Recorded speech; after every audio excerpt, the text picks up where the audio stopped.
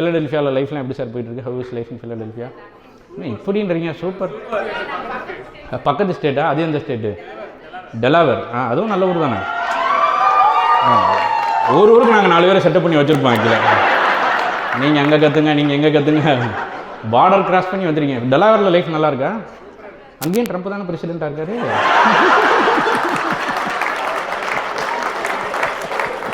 என்னமோ உங்கள் ஊருக்கு வேறு பிரசிடெண்ட் மாதிரி இப்படி செம சார். லைஃப் செமையாக போயிட்டுருக்கு சார். பாண்டிச்சேரி மாதிரியா? டேக்ஸ் ஃப்ரீ, போகிறப்ப சரக்கு வாங்கிட்டு போவீங்க. ஓ, அந்த மாதிரி ஊரா? இங்கேருந்து பார்டர் கிராஸ் பண்ணி சரக்கு வாங்கிட்டு வர ஊரா டெலாவேருங்கிறது? Nice sir, nice. பைடன் இருக்காரா? அவர் சும்மா வீட்டில் தான் இருப்பார். நோ பவர், ப்ளக்கை பிடிக்கிட்டாங்க. ப்ராப்ளம்ஸ் ஆக்சுவலாக.